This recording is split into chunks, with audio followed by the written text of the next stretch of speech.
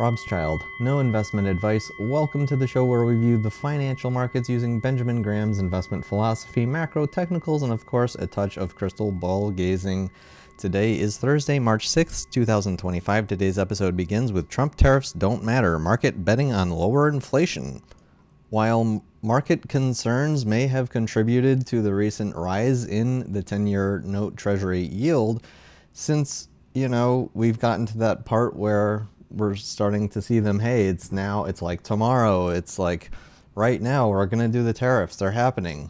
Well, it's clear that there's more negotiating going on than there are actual tariffs happening, which may have been the intention all along. Any which way you look at it, markets are currently betting on lower inflation.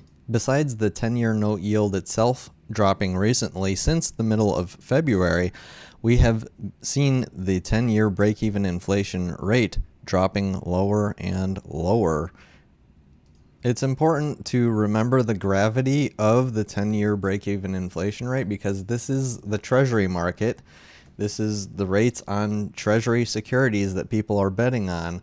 The Treasury inflation protected securities versus the non-inflation protected securities.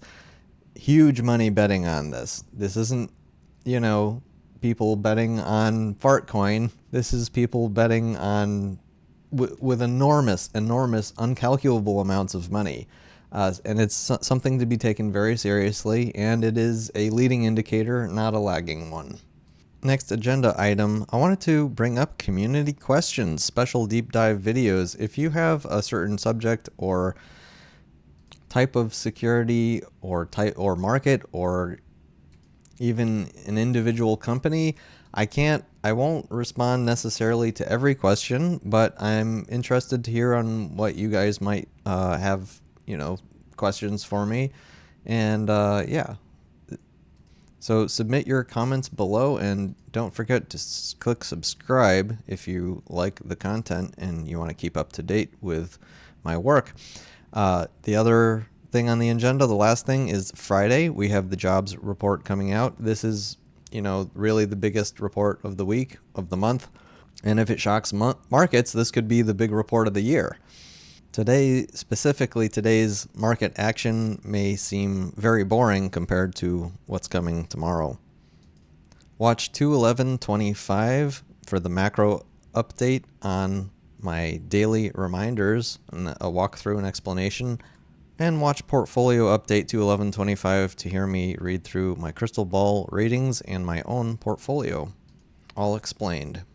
So let's dive right into the charts, starting with the SPX, the S&P 500, having another down day, the S&P 500 dropping by 1.78% on a closing basis. I was annoyed seeing headlines saying, oh, the market is bouncing back, it's recovering because the tariffs aren't going to be as bad as we think, and yet, this is not showing any signs of life at the moment, and with every candle going lower and lower, it is gaining momentum to the downside. It looks like Mr. Market wants to continue to lower the price of the S&P 500. Also, the VIX, the pricing of options contracts, going up notably still above that magic 20 mark. A new closing high on this little run here. And yeah, this is getting a little sticky. The trend of increasing volatility is continuing. Will tomorrow's jobs data calm everybody down? Maybe. I don't know. I mean, initial jobless claims aren't spiking like crazy yet, but the ADP employment numbers that came out earlier this week surprised the market to the downside, so we'll see what happens. Any which way you want to look at it, the VIX futures curve is completely inverted now above all future contracts, saying that the market is very scared right now currently. TLT, still my favorite place to be, dropping a little bit today by 0.33%. I was kind of expecting a little more strength here today, especially considering stock markets still going down right now. But Like I said yesterday, it seemed like things were getting more neutral than anything. It no longer looked as bullish, and that's certainly where we are today. Again, tomorrow's employment data is really the big one. If unemployment proves to be, suspiciously higher than what the market was expecting, then obviously yields will drop. And on the other side of that, if unemployment is like surprisingly low and jobs are fine, then TLT might be dropping here actually. I suspect that the unemployment report will surprise the market to the upside in the unemployment, so lower employment. But that's just me and my crystal ball. The dollar index caught my eye today only because we had these three very large down days, and today going to more of a neutral zone. It's no longer collapsing. Don't know what it's going to do from here, but it's stopped falling off a cliff for the moment. Crude oil, as I suspected, continuing to the downside again. Many traders are looking at the $65 level as sort of a flat line, acting as support going back to 2021. If we break and confirm below that, I do believe the target is $35 a barrel. And I'm not afraid at this point to say that I see that coming in the very near future. But again, guys, I'm just a guy with a crystal ball and a pet dragon, and you know the drill. There's no advice on this channel. Be careful out there with all the decisions and indecisions that you make.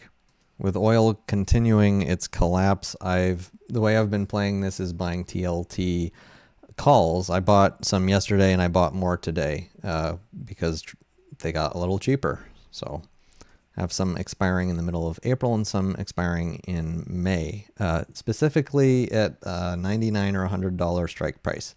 Not all risk assets like stocks, not all stocks are dropping here. KWEB, Chinese ETF, eking out a 0.65% gain for the day. I said yesterday how it was clear we broke to the upside out of this this bull flag here, and with all other equity markets selling off here. I mean, imagine if the other equity markets weren't selling off here. I think that this would have actually soared much higher today. And so interesting. You have some people rotating into this because this is the hot thing. This is the thing that has momentum and it stocks and it seems to be going up. It's a little odd in some ways, but it's also not odd in other ways, considering how much money these companies make compared to the value, compared to the price of the companies, compared to the price of the stocks. It's like way too low compared to US stocks, which has gotten just way out of hand, way too expensive. And so it actually makes sense to me for this to happen at the same time, as odd as it seems. Yesterday's show, I mentioned how junk bond credit spreads had been looking like they were just spiking up, and I saw no end in sight. But we ended up peaking yesterday at 2.99% difference of yield between junk bonds and Treasury bonds. And we actually went down today. So junk bond credit market is actually, for whatever reason, seeing a little bit less risk on junk bond credit today. Found that to be pretty interesting, especially considering a continued fall in U.S. stocks. But little dips like this need to be taken with a bit of a grain of salt, because it could be like a trading thing where people are like, taking money off of the table after, like, if you bet that credit spreads were going to spread and then they spread, and then you're like, okay, yeah, I'll take my profits and I'm out now, and then you can get that tick down. So I suspect that might be what's going on here. I see this as a buyable dip in credit spreads, I guess. I highly suspect that this will be continuing higher. But remember, guys, I'm just a guy with a crystal ball. And that's all from me and my crystal ball. I hope you enjoyed. Thank you for watching. And you can subscribe if you like the content so you can keep up to date with all of my videos. And don't forget to comment. I'd love to hear what you guys would like me to cover. I can't guarantee I'm going to cover everything, but, maybe I will. So feel free to comment. And that's all from me and my crystal ball. Hope you enjoyed. Thank you for watching. See you next time. Robschild.